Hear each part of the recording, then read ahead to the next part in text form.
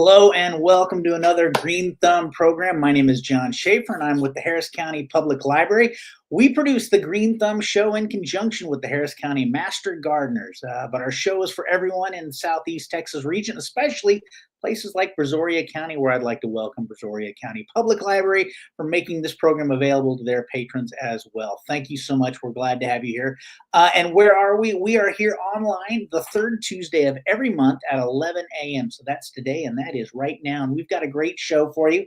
This is the best title of a show I think I have heard yet. It's called Xeriscaping, Some Like It Hot. So it's how to care for drought-tolerant plants and better manage our urban water resources. But before I introduce our presenter today, a couple of things. Number one is we love questions. So please type them into the chat or on Facebook or YouTube, wherever you're watching this. We have Master Gardeners monitoring the chat, so you will get an answer to your question today in real time. Also, and second, our next show will be on Tuesday, June 17th, and it'll be cover crops and living mulches. Low maintenance ground covers will save our next season's fertilizer needs and manage pests better. So you'll definitely want to tune into that. So I'll tell you what, we are super excited to have our this presenter. She's returning. She was here a couple of months ago talking about trees and pruning. Her name's Stephanie Gray. She's County Extension Agent, District 9, Texas A&M AgriLife Extension Horticulture. That is a lot to say. But anyway, please welcome Stephanie. Did I butcher your title there? How much? Good. That was good, John. Well, I worked on it. You are with District 9 and Texas A&M AgriLife, and we talked a little bit about that last year, which was super interesting. But one thing I noticed in your bio that you have is that you grew up going to 4-H camp. Is that correct? Yeah, definitely. So I was part of the 4-H program back when I used to live in New York, and then now moving here, working in AgriLife Extension Service for Harris County. I get to work with the 4-H unit as well. So they have clubs all throughout Harris County and our surrounding counties, and youth get to participate in a lot of like STEM, science, technology, engineering clubs, robotics. They also have a lot of different kind of interest area clubs, from photography to gardening, of course, to livestock raising. So it's a great youth program that we offer. Yeah, I grew up hearing about it. As I was telling you earlier, my mother and my father were both in 4-H. My dad raised sheep, and my mom did baking. And of course, I was not in 4-H, unfortunately. But to me, I guess in the circles I run, you don't hear about it as much. But I know it is very big and very popular. And maybe if the powers that be were listening, to this, we might maybe have a show or some sort of something on 4-H. Down the road. Anyway, that's too much. Let's talk about your topic today, Xeriscape, Some Like It Hot. By the way, like I was saying, best title ever for a presentation.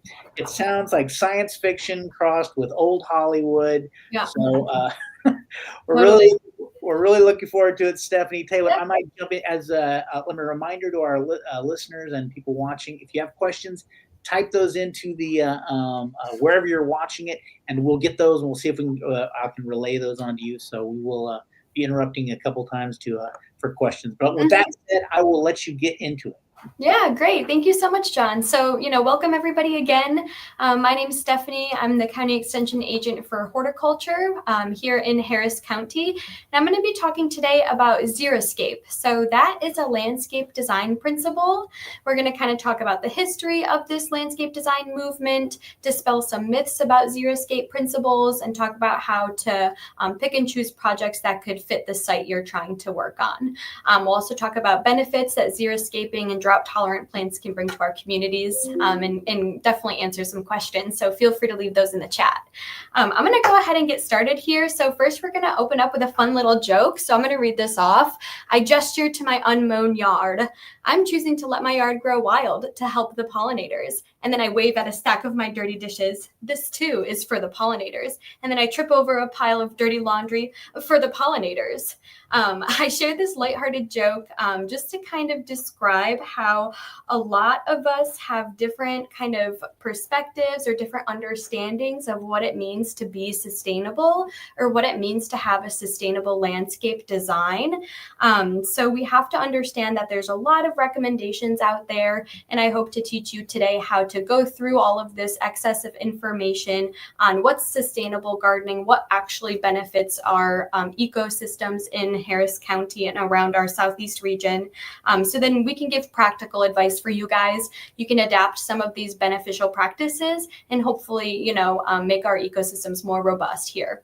So kind of switching gears a little bit, what I have on my screen now are two kind of alarming pictures, right? And this should be a pretty familiar scene for folks who live, definitely in Houston and around our area. So on the left-hand side, we see a tree in decline. So that is a tree that's probably been hit by drought. It didn't green up at all in the spring, and it really is dead. And we have to assess that tree and probably come up with a removal process. And then on my right-hand side here, this dying turf, it looks really weedy. It looks like there's probably some big issues with the site and establishment of this lawn right here. So we're going to talk about, lawn management and where that fits into xeriscape design principles. So we're going to kind of jump ahead. Like I said, I'm going to kind of go quickly, and then we're going to also sort of step back. And if you guys have any questions, just add them to the chat box there. All right, so moving ahead here, landscape decline. So those two pictures I just showed you guys showed a landscape that's in decline. This doesn't happen overnight. So oftentimes when nature or when our landscapes, our trees, our grasses, our perennials, our annual plants, living organisms, will show decline, and it's usually compounded from a multitude of different factors. So often the problem can start right upon establishment with poor site preparation. Sometimes it has to do with external factors like multiple severe droughts, many harsh freezes. This can weaken the plant, and then it can become more susceptible to diseases, pest infestations, bacterial, fungal, viral pathogens, which can tip that living organism, that plant, kind of into a rapid decline. And that's when you start to see it with all of these external symptoms like leaf die off, like brown patch or whatever the symptom might be. So for trees specifically, most trees usually die from a combination of different stresses kind of over the year. Sometimes there will be one major event that will just kind of be that tipping point, and then you'll start to notice that this tree is dying and it won't come back. So we're going to kind of jump ahead here and explain a little bit more about environmental stresses, right? So what's causing this landscape decline? Is it only external factors? Is it poor management practices that we've grown accustomed to? To be really frank, nature has developed a fine balance among all organisms. So it's when we come in and we try to introduce species that might not even be properly selected for our area, that we kind of throw off that balance from what nature is able to care for in this closed loop ecosystem. So one really important factor of making sure that we're not putting our plants towards that tipping point, that we're maintaining a healthy ecosystem, is to reduce the amount of water that's used to keep ornamental landscapes thriving. This will prevent the depletion of our aquifers and other resources, and it'll allow us to become more resilient. So right now I'm tying this idea of landscape decline, environmental stress directly to the amount of water that we use in our landscape. So that includes the amount of water that's needed to be maintained our landscapes and the type of plants that we're growing in these landscapes. They might not be really adapted for our area, and we're going to talk about that as well. So we're talking about environmental stress, and then what's the response to trying to reduce the amount of water used in our landscapes? This response looks like resource efficient landscaping. So we're kind of pivoting from identifying this problem of our depletion of aquifers, of wanting to make sure that we're being environmentally sustainable so we're able to adapt to our ecosystem. And the response to that is what we call resource efficient landscaping. landscaping. So this takes together a couple different points that are really important to remember when you're trying to be a sustainable gardener or a sustainable landscape manager.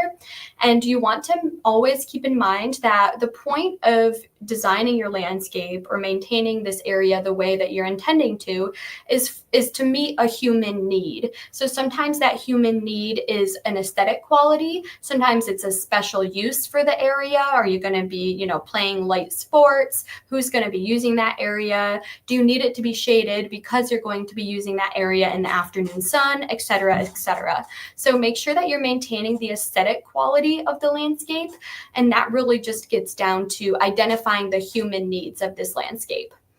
You want to reduce the inputs that you're putting into your landscape. So inputs are defined as pesticides, fertilizers, any sort of chemical. It's also defined as energy, so the amount of actual power or actual energy that's being used. So that can be like your human labor, your energy that you're putting into the landscape. So how frequently do you have to maintain it? Are these plants selected to be more self-sufficient? Can you reduce the energy that's needed to maintain them?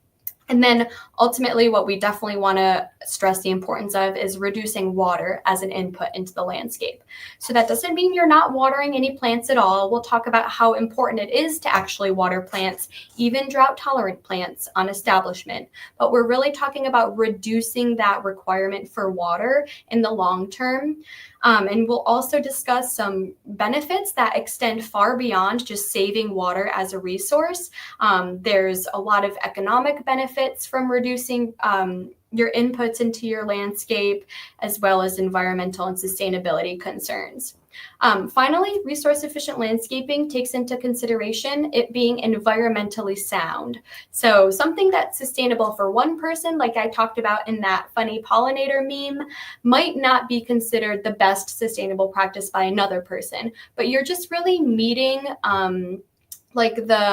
you're just kind of choosing the right choices like when you are able to. So we're not all in the same setting. We don't all have the same resources available to us. So you're just going to kind of pick and choose some of these practices I am exposing you to today, and you will adapt whichever ones you're able to for your own environment to make it more sustainable, to make it more sound, and to make sure that you're reducing these inputs as well. So resource-efficient landscaping is this response to understanding that we have limited resources at our disposal, especially for landscape design and maintenance.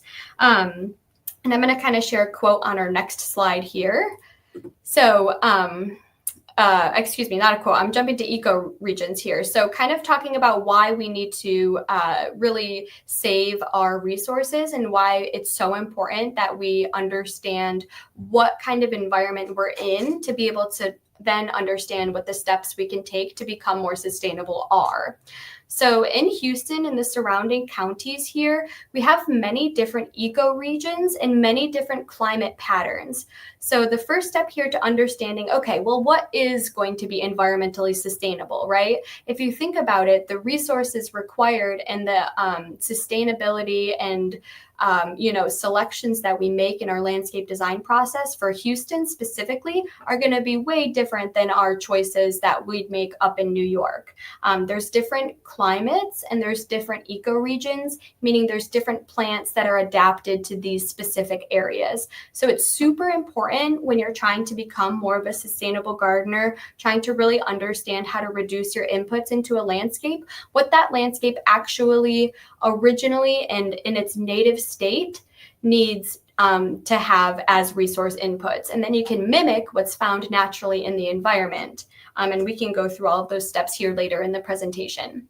So we have really hot summers, really mild winters, especially right now in May. I mean, we can see that kind of shift. We're in about the top 10% of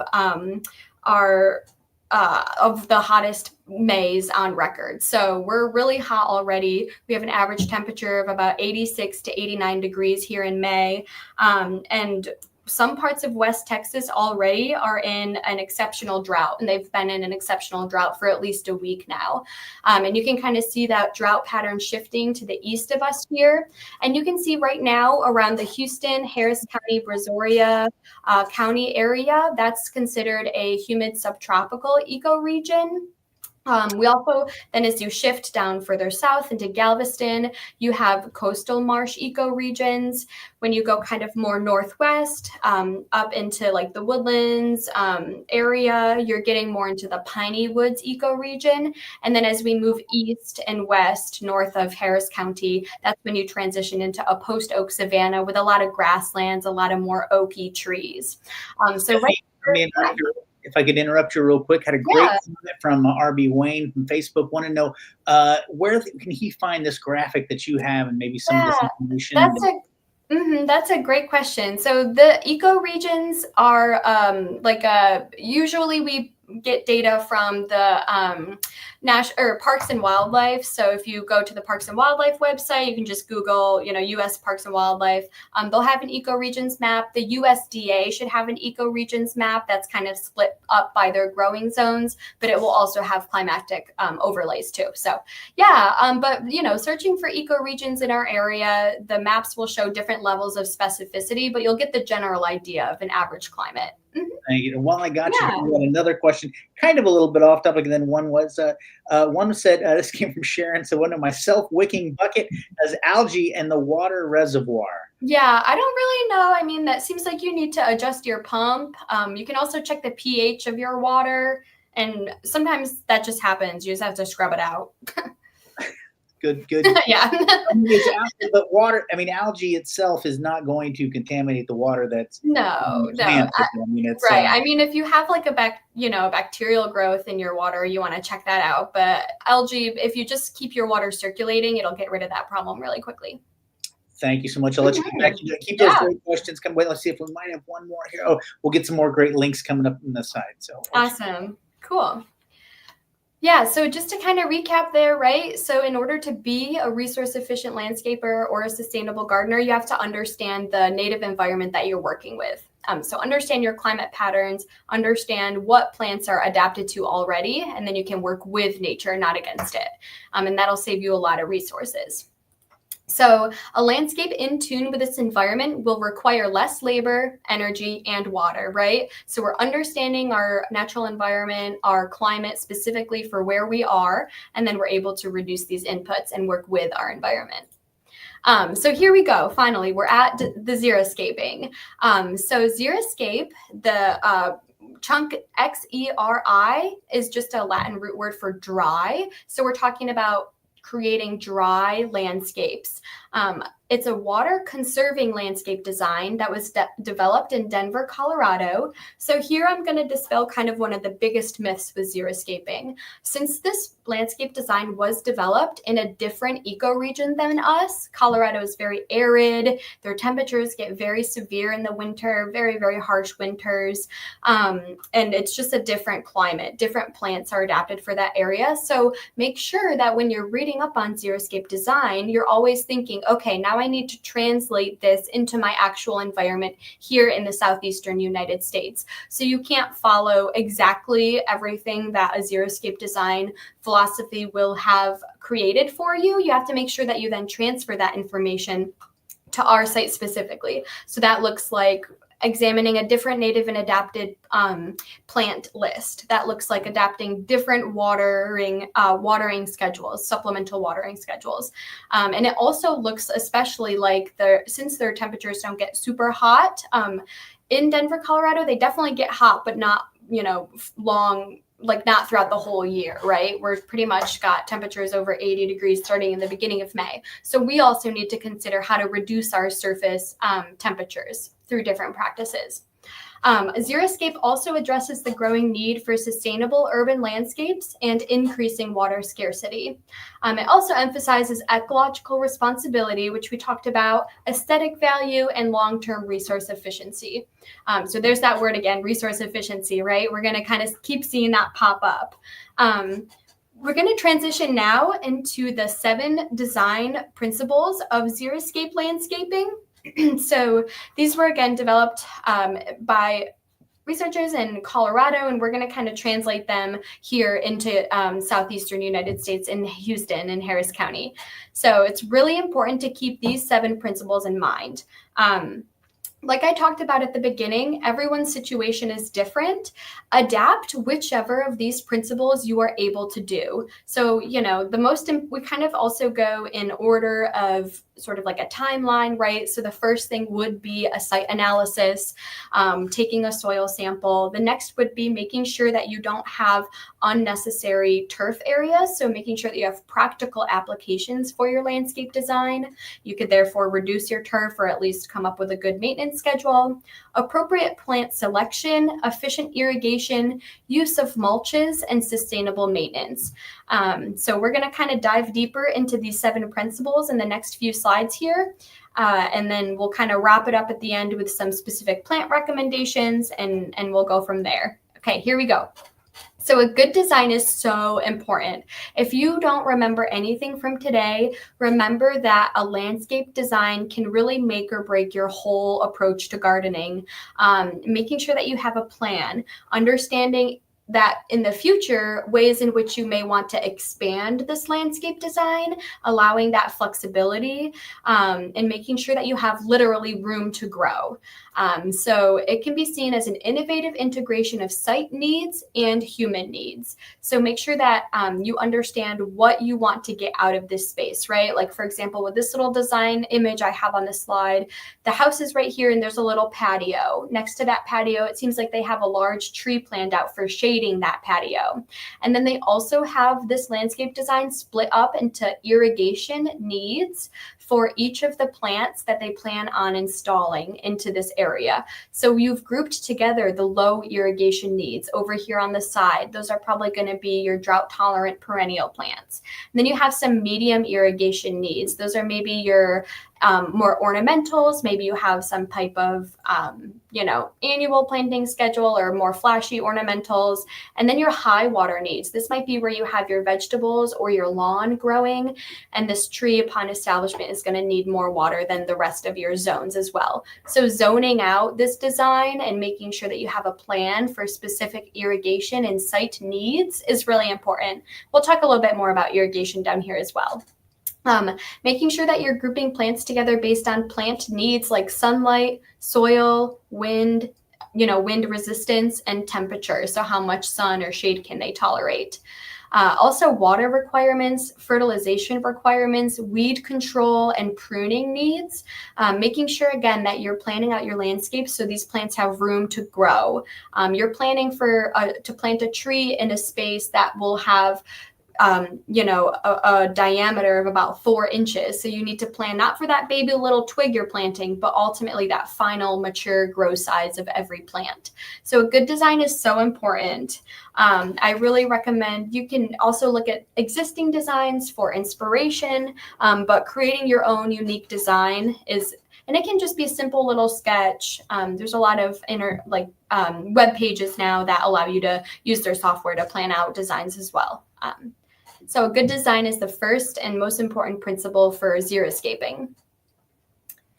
We're going to jump here to the second principle. So that's the soil analysis. I think in every single talk I give, whether it's vegetable gardening, whether it's tree maintenance, and here with Xeriscape landscaping principles, I really recommend getting a soil analysis completed. We say at least once a year. If you're growing high yield crops like vegetables or something, you really want to get the soil sampled twice a year before each growing season.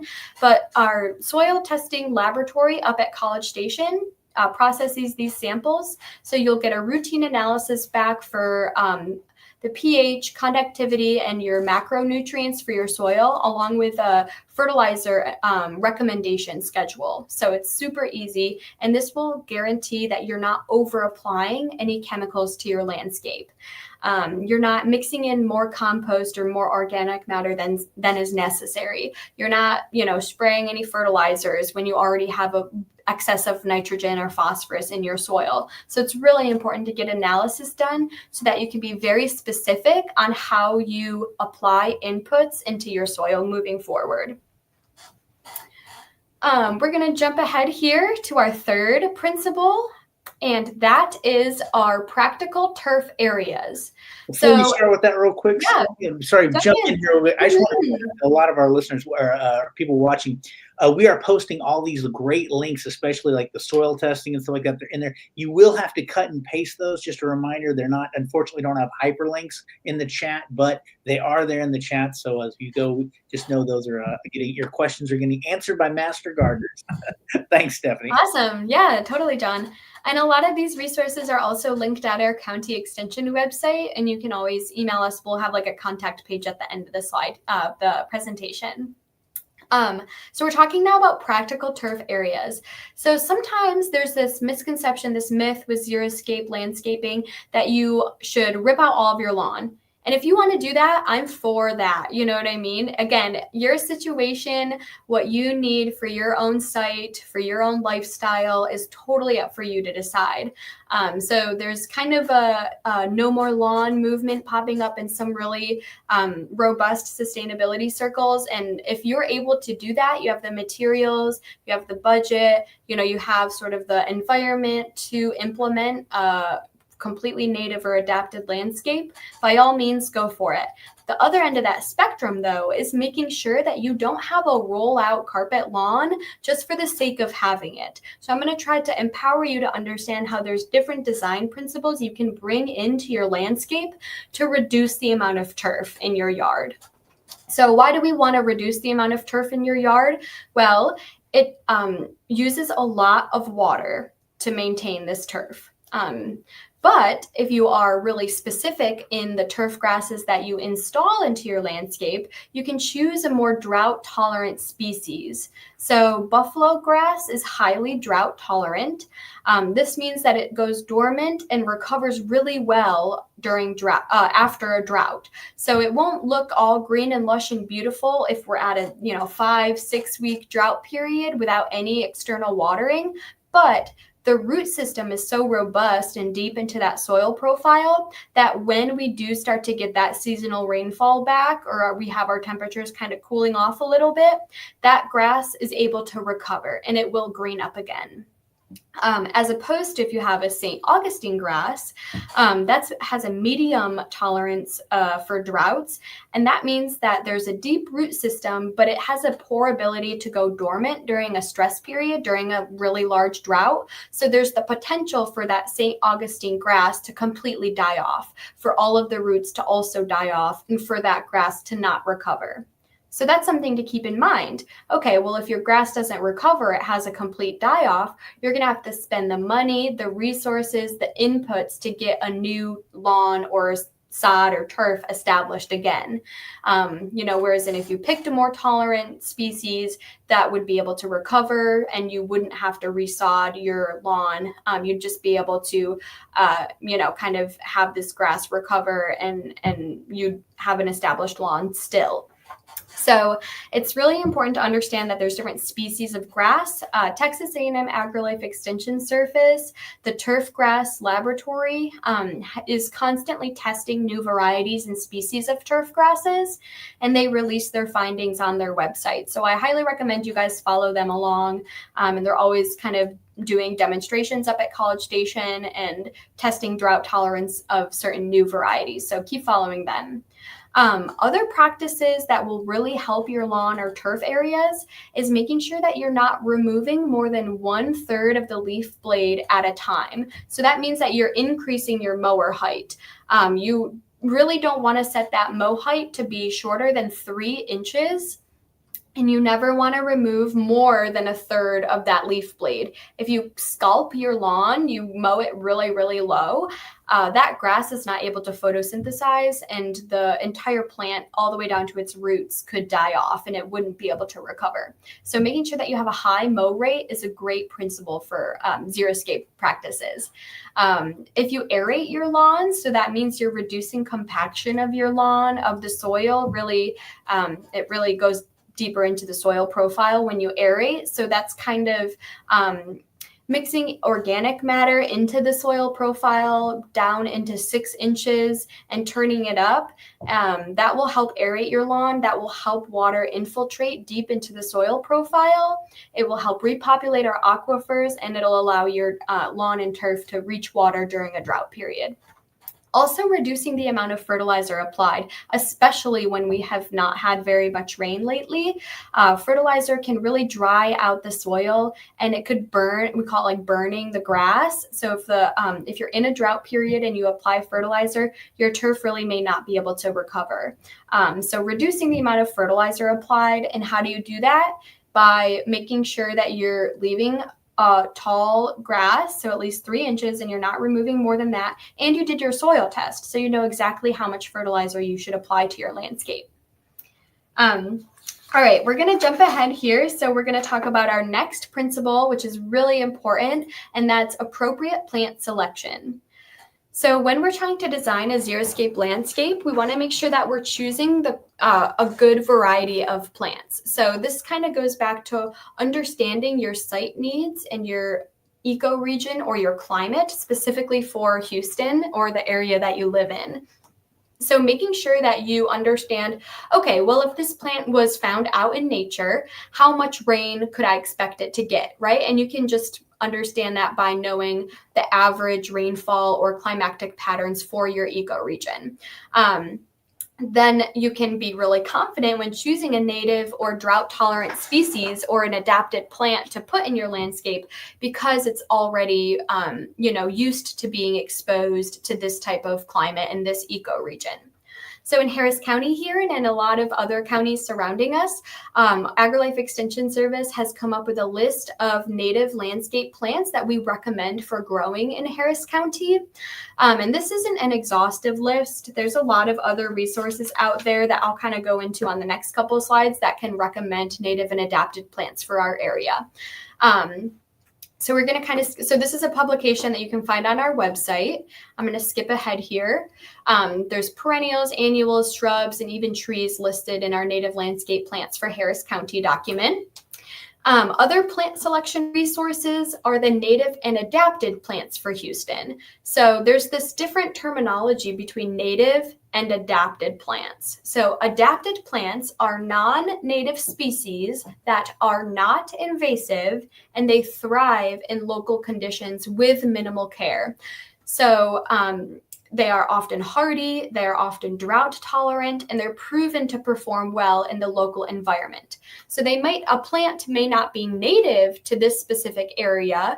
It might be native to a different similar ecoregion found throughout the globe, or it might have been kind of hybridized and developed to be adapted to our area. So taking kind of a wider scope, we have a list of native and adapted plants for Houston: large trees, perennials, annuals, ground covers, and this resource is also found on our website. So keeping in mind kind of the difference in terminology between native plants and adapted plants will help you to be a really informed and knowledgeable, sustainable gardener.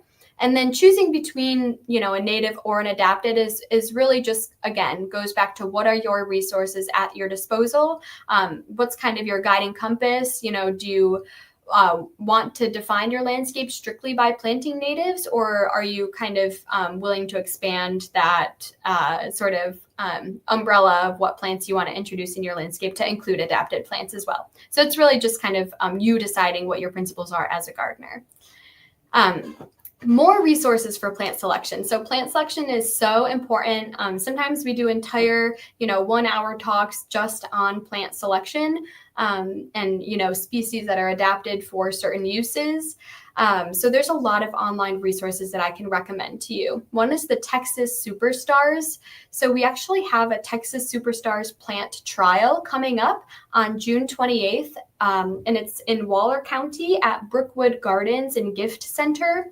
So you can find an invitation for that event. It's free. It just requires an RSVP on our Facebook page and on our website. So Texas Superstar plants are adapted plants for our area, and they're kind of tried and true Texas varieties. So we actually have a trial out in at Brookwood Garden Center, where we're trying out different varieties. We're going to evaluate them, evaluate their performance throughout the summer, so we can kind of rate them on drought tolerance and how adapted they are for our area. Another great resource for plant selection is the Texas Nursery and Landscape Association Best of Texas Landscape Guide.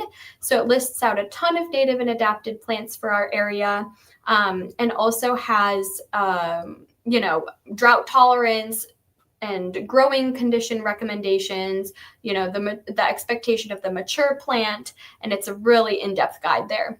They also have like an online database you could search through. Native and adapted plants for Harris County, we talked about that. Finally, the native plant database. So Native Plant Society of Texas has an online search tool where you can put in different requirements from your specific site, and it'll kind of pop out a list of recommended native plants for your area. So that's a great tool to use online. All right, I'm going to jump ahead here. So we're shifting from plant selection. Now we're going over here to efficient irrigation. So efficient irrigation is really important. I mean, the huge change that we can take from a drip system to just kind of overhead watering is really, I would say, one of the most important practices you can adapt in Houston. So efficient irrigation can include a drip system, some type of smart controller or a timer for your irrigation system, zoning up your landscape like we saw in that first slide, where you split up your plants into different growing zones based on water requirements. Efficient irrigation can also be checking our current rainfall data, and then spot watering when needed. So not just watering on a fixed schedule, you're actually adapting to the climate, you're adapting to how much rainfall we've gotten, and that's really important as well. Yeah. One thing I wanted to jump in, we had a couple of questions here. One is, and maybe you'll be covering this soon, but floods. I mean, Houston and Harris County, we're talking about like a lack of water. Sometimes water is in excess. And is there anything, just your thoughts on that in regards to some of that? And also, then go ahead, I'll let you go. Yeah, flooding is really difficult, and the best answer I have for preventing flooding, wiping out your landscape, is site preparation. Making sure that you're aerating your soil so that you have organic matter mixed into the top 6 to 12 inches of your soil. That will allow water to percolate down into the soil profile instead of just washing away and eroding your landscape. But of course, there's other design practices like including a rain garden or a bioswale into your landscape, and those will integrate native and adapted plants with really deep roots to break up that soil profile and allow some flood water to infiltrate the soil profile that way. And then like rain gardens will actually collect obviously like heavy rainfall into a designated area that's sloping low into the ground. And that can reduce erosion as well. But, of course, with any disaster, when it strikes, you're not really worried about your yard being washed away. You're worried about your house being washed away. So exactly. The resiliency of some plants will be tested in a large disaster like a flood. But just kind of making sure that you have a well-maintained soil profile can help with that percolation for sure. The other thing I wanted to bring up real quick is talking about HOAs, and you're talking about removing all the San Augustine grass. I've seen, obviously we've all seen yards where they have native plants, and it's beautiful, it's amazing, and but I know there's some HOAs are maybe I don't want to say relics of the past, but dealing with maybe they don't have all the information. If there are resources available to petition your HOA to things happen differently. Totally. Yeah, we'll actually talk about that. That's how I end our presentation here, because that is the question, right? So I'm going to have you keep that little bug in the back of your head, John, and then if I don't answer it, let me know at the end. But we'll kind of review some resources and try to connect you guys with the right verbiage to communicate with your HOA for sure. Perfect. Yeah. Thanks so much. I'll let you get back into it. Yeah, definitely. Efficient irrigation, really, it's just accurate and timely water application to your landscape. How do you do that? With a site inspection, right? Assess the efficiency and effectiveness of your current irrigation plan. Look for leaks, look for runoff into the sidewalk. You can perform a catch can test, which you can measure water and see if it's evenly distributed throughout your landscape. And to make sure it's uniform, identify how long you need the irrigation to run for, and then determine when and how long to run the irrigation system. So you can do this with a website I love to share with people called Water My Yard. So Water My Yard takes into account local evapotranspiration data from weather stations all around our county, all around Texas.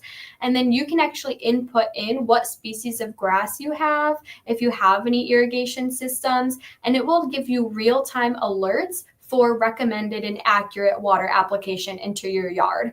So efficient irrigation and appropriate turf selection, when you use these two together, you can reduce greatly the input of watering on your yard. Okay, we're going to move forward here. So we're kind of taking a step back here, right? We've discussed a good number of our landscape principles. We have a couple left, but I wanted to kind of point out this really shocking fact.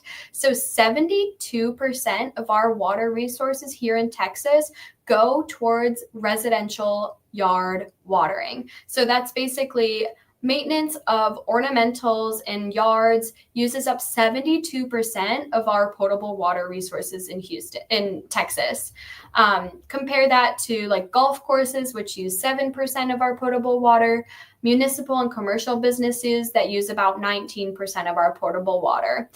So that's a huge chunk of our water resources that's been used for residential use. I mean, this also includes like obviously drinking water too, right? But a lot of it goes to landscaping, and that's kind of the easiest way to cut back this water use is through ornamental watering. So pointing out here also that Houston is often in some type of drought restriction. So I mentioned right now in West Texas, counties out there, they're in a exceptional drought, which means that they have some like mandatory water use restrictions. In Houston, it's very possible that we'll have mandatory water use reductions. And this means that you are forced to not water your ornamental landscape.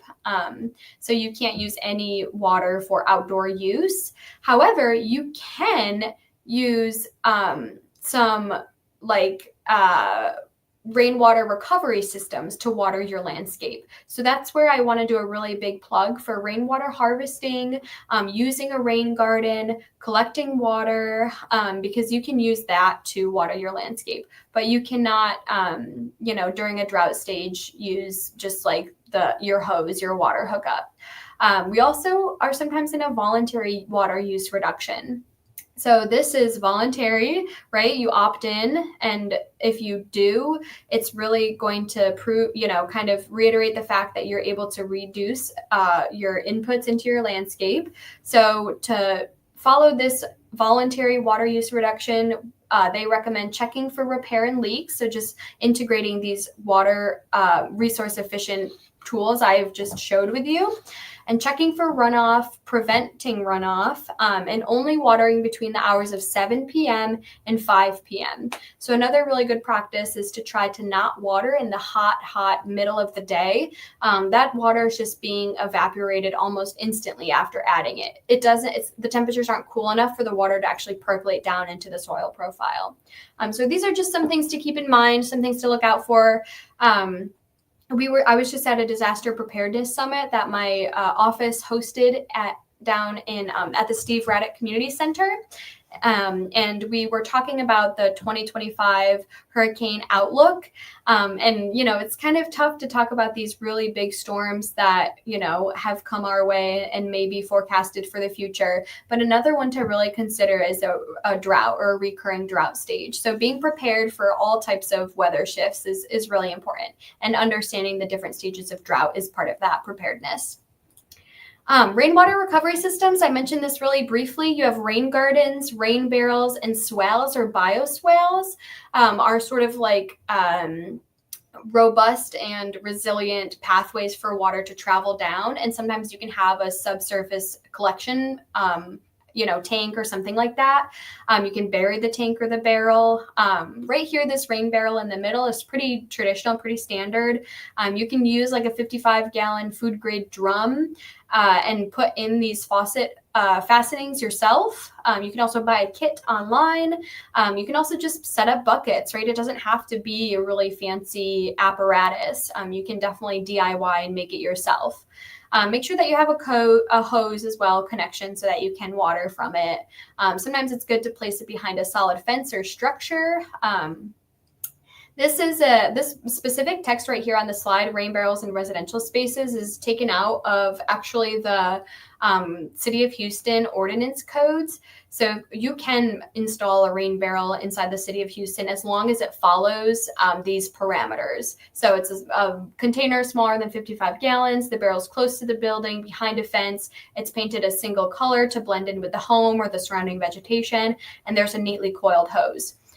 So these aren't crazy requirements, right? Again, it just depends on the resources that you have. If you're able to install and purchase a rain barrel, I highly recommend it.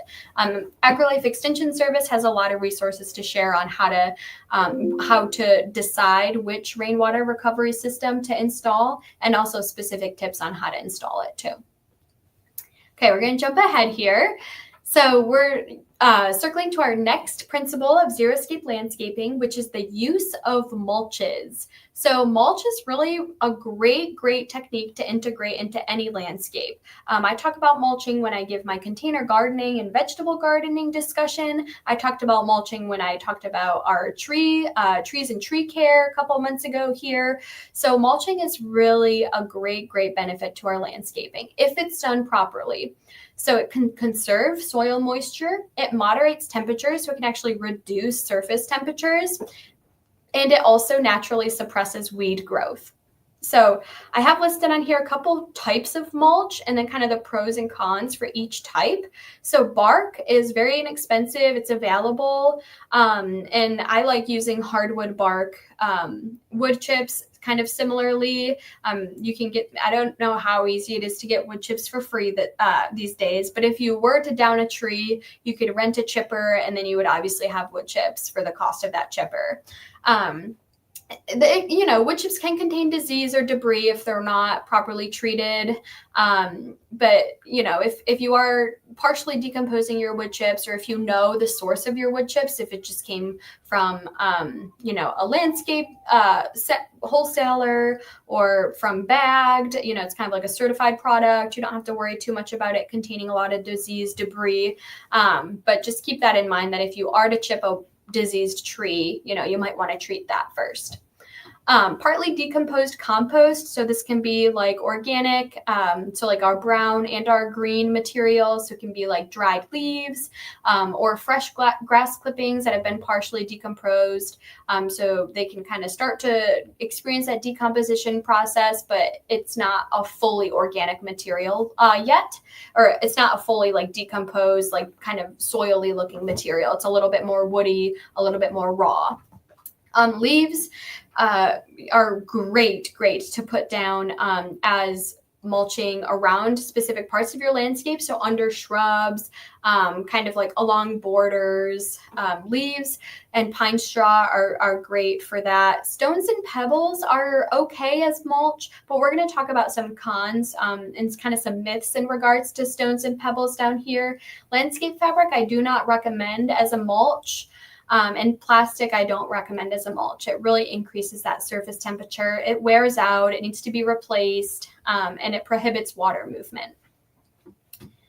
Okay, so mulches, there's tons of extension resources on mulches as well. Like I said, it was mentioned in a couple other of our presentations we've done on here. So go back and you can kind of take a deeper dive with those if you're interested. Mulches really just want to mimic the natural mulch from the plant's native habitat. So that might be like coconut hulls or pine straw, peat moss, and that's where it's important to understand the humidity and the natural adaptation of specific plants and what their original soil conditions are. So you can mimic that. Sustainable maintenance. So this is our last principle for xeriscape landscape management. And it's really important to understand that you want to have a design and practices that look nice, they're meeting that human need, that aesthetic value, but you have minimal inputs. So just to recap, right, that might look like adjusting irrigation schedules seasonally to reflect the changing weather and plant needs. So you're adapting to your environment, you're adapting to your current climate. You can perform major maintenance tasks like pruning and mulching during the optimal seasons. So we talked about pruning seasons, when it's best to prune our spring flowering versus our fall or summer flowering tree species. It's important to mulch. I usually recommend that folks add a fresh layer of mulch twice a year. So one before the fall, so around August, September, and then one before the spring, January, February type of time. Monitor for signs of stress during extreme weather and respond accordingly. So this is kind of where you can come up with a management plan where you're prioritizing certain plants in your landscape or certain high value areas in your landscape.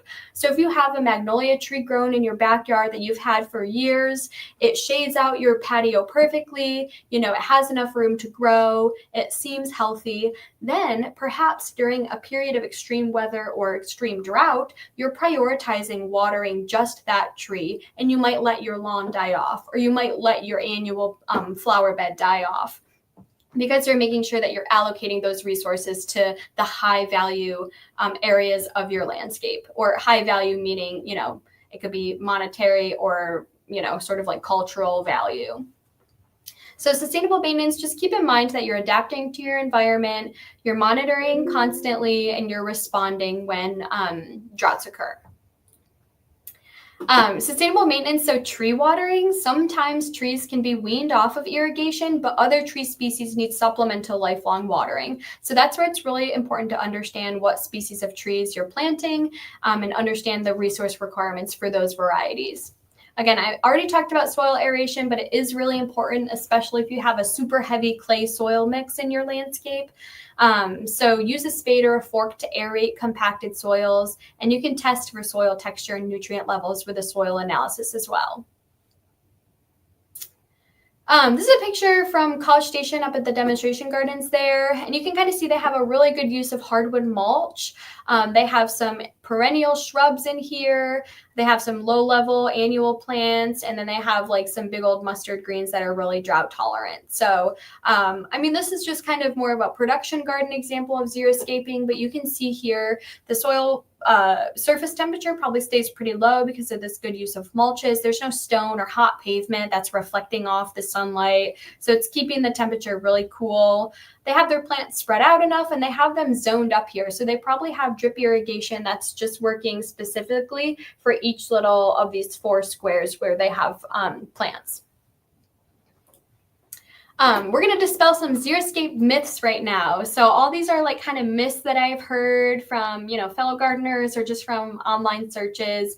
A lot of people think that xeriscaping means artificial materials. So a lot of times folks put in, an artificial turf, right? I'm working right now with a lot of people, and there's this ongoing industry discussion between is it better to have artificial turf or lawn or sod, right? There are pros and cons for both.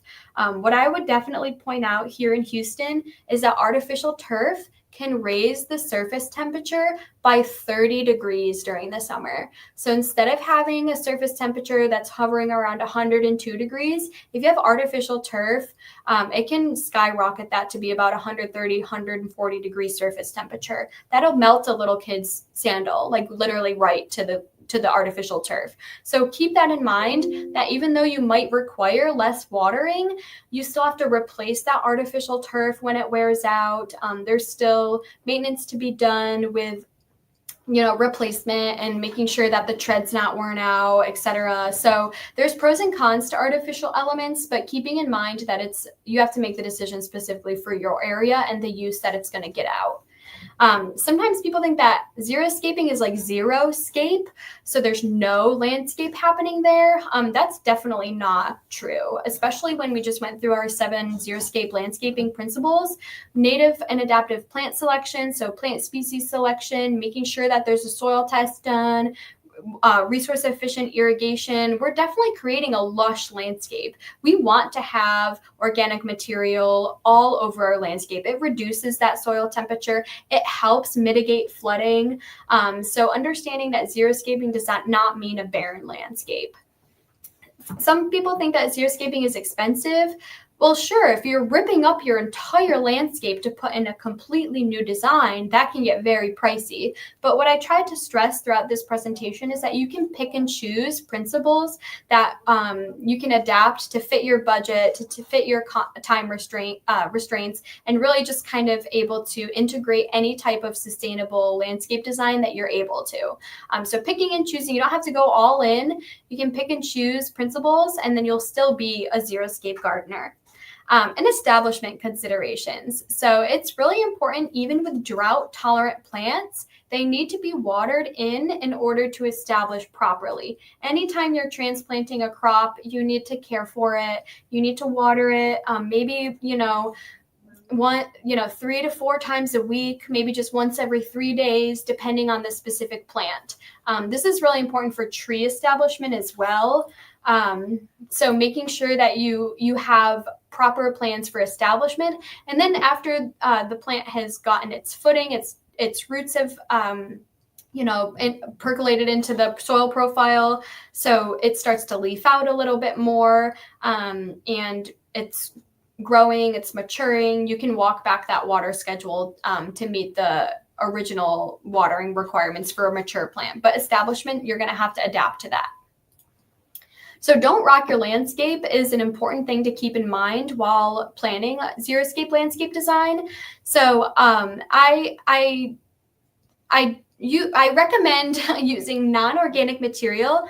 So that's like landscape fabric, that's like rocks, cement, pavers, little stones, pebbles, so non-organic materials like that as landscape accents, not as a total coverage. If again, just for the same kind of pros and cons I listed on the previous slide, if you do like a total coverage in non-organic material, you're going to skyrocket that surface temperature. So rocks generate heat compared to organic living mulches and ground cover.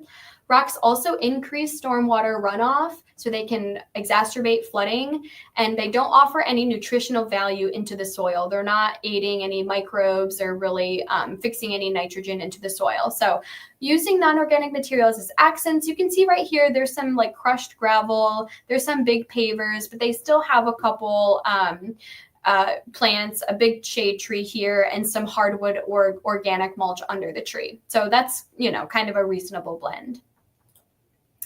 And again, just reiterating the fact that drought-tolerant plants still need regular water until they're established. So healthy drought-tolerant plants have been protected before, during, and after a drought. So they've been established properly. And use plants that develop a deep root system so then they can access water during that drought period. So now we're kind of flipping to what John piped in with a question about earlier, right? So we always have this idea that HOAs are, it depends on your HOA. It depends on your specific living situation, how flexible these standards are. But I just want to point out that there is a property code that exists that you can read online. Again, with AgriLife Extension Service, we don't offer legal advice, but I do just want to point out that Texas Property Code states a property owners association may not include or enforce rules that prevent homeowners from composting vegetation. So that's like our green mulch, right? That's like a living mulch or an organic mulch, grass clippings, leaves, or brush, or leaving grass clippings on the lawn. Property owners association may not prevent homeowners from installing rain barrels or rainwater harvesting systems.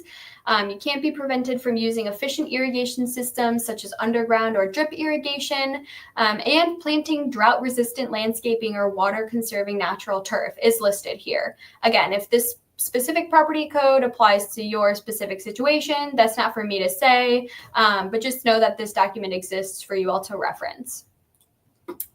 There's another document, I believe that this is published by the Native Plant Society of Texas, called Working with Your HOA. Understand the benefits. So one of the most important things I try to stress to homeowners and folks looking to adapt to sustainable gardening practices is that, sure, you will create a more sustainable environment, but what does that mean? How do you quantify that?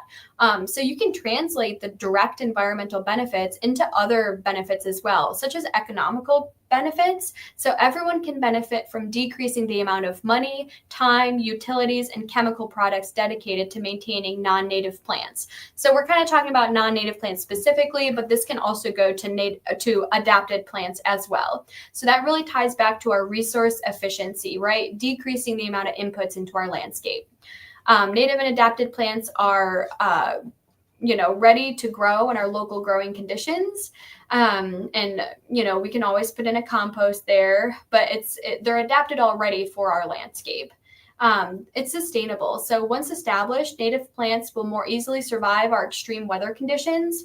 Xeriscape, which is the design principle we're talking about today, utilizes native plants found in arid regions and get a little rain or restricted irrigation. So we can also translate these Xeriscape principles to our area. We know how to now select plants. We know how to use resource efficient irrigation. We know how to mulch. We know how to create a good design. So we can make sure that we're establishing a cost-effective way to make sure that we're utilizing this water resource properly. Of course, it's environmental friendly, right? Xeriscaping can increase biodiversity, conserve natural resources, and it's also creating less pollution. So it's reducing the exposure to pesticides and fertilizer runoff, and emissions from gas-powered lawn equipment. If you're increasing that mow height, you don't have to mow as frequently, and there's just a ton of kind of tangential benefits that come from adapting Xeriscape principles. All right, from here, there's a couple ground cover pictures I have on here. We're going to kind of fly through here. Y'all can reference the plant selection documents that were added into the chat. Some native green ground, or excuse me, not all of them are native, but some green and living ground covers, some annual plants like parsley is great. And then some annuals like ornamental sweet potato, our Esperanza, Turk's cap's a great perennial that's native and adapted to our area. The chaste tree or the Texas lilac. And then I'm going to wrap up here. So I have a little plug. We do have fall plant sales coming up in 2025. So that'll be a perennial sale on October 18th. You can always go to our website, so Harris County Master Gardener Association, and submit your gardening questions to our master gardeners. And then this is my contact. So our office phone number, our website here where a lot of these resources are housed. And then I referenced this Xeriscape landscape water conservation document from AgriLife Extension Service. So you can find this document in its entirety on our website and on AgriLife Learn as well. And I'm sure they'll drop it in the chat here too. But I'm going to kind of pause here. John, please feel free to chime in and we'll get some questions answered from you all. Well, I'll tell you what, I'm trying to get all these links going. Yeah, totally. Absolutely. I want to mention, obviously, that you can always contact, and I'm putting this link in here right now, Harris County Master Gardeners, which has just got so much information. And as I've said before, I have reached out and asked questions and gotten tremendous answers, and it's always quick and thorough, and it's way better than any type of large language model, because you're talking to somebody who lives in the neighborhood or lives in your area, and it's just I can't recommend it enough as far as a resource. So please take advantage of that. Also, if we could back up just a little bit. We had a question. You talked a lot about AstroTurf, and my thought. I was kind of surprised because I didn't know that was something people were. I've seen it, yes, and but I mean, you would think, have we not learned our lesson from the Astrodome? I mean, it's AstroTurf's not good for sports or your garden. And there's all this research done, and there isn't a definitive consensus really from professional turf managers about the pros and cons of artificial versus live turf. They're also they're creating this new hybrid variety of artificial turf that's not solely artificial. It's about 1/3 artificial turf, and then they actually sod live grass like into it. So the live turf and the artificial turf kind of weave together to form this like blanket of lawn that's used in sports fields. So I mean that has its pros and cons too, right? Then it's kind of maybe like a happy medium, but we'll see how resilient they are. Yeah, I don't know. Yeah, I think I fall into the category of people who in theory, the idea of pulling up the yard and just all natural natives like sounds so like wow, I would love Yeah. that, but then I'm like absolutely terrified of that too. Yeah. But I'm learning more, and obviously with your presentation A today, little section, right? And that's something that I can say. I mean, just like straight up, John, like if you just carve out like a little half circle or something, do just like a little half moon shape right on the side of your yard. Just dig it up, remove that sod. You can spray down an herbicide to clean out the grass or just kind of, solarize it over the summer. Lay some hardwood mulch down there and pop in some plants and see how you like it. You don't have to rip up your whole yard, but you do a little half circle here, you do a little strip there the next year, kind of slowly build it out. take a little away from the gardeners each time. Yeah. They have scalped it. Well, let's see. I'm getting some more great links in here. Thank you we have master gardeners. For those of you who are watching this now, just a little behind the scenes, we have master gardeners kind of following the chat and posting links and answering questions as we go. So in the future, you can always just keep that, get your questions going in, and they will get answers. That's all I have as far as questions right now. But did you have anything you want to? I think you promoted a couple things on the way out, but last. Any events coming up with the Master Gardeners or that we need to know? I mean, definitely keep out a lookout for those new Texas Superstar varieties that we're going to be trialing in Brookwood. We'll have a field day on June 28th. That one's going to be huge. And then just follow along for the rest of the Green Thumb series. We have a couple nice presentations to kind of finish us up this year, and then we'll be partnering with the library again to hold it next year too. So keep connecting, follow us on our website. We post our events there, so keep following along. Absolutely. Well, thank you. I put the Texas Superstars website in the link one more time. And just a reminder here real quick, I'll tell everybody our next show is going to be on June 17th, cover crops and living mulches. So definitely it relates to this, and we can keep going on. Stephanie, thank you so much for your time, and thank you to the Harris County Master Gardeners, Joanne and Steve, and everybody who was behind the scenes working on this. So thank you guys so much. And with that, I will say we'll see you next time. Cool. Thanks, everybody.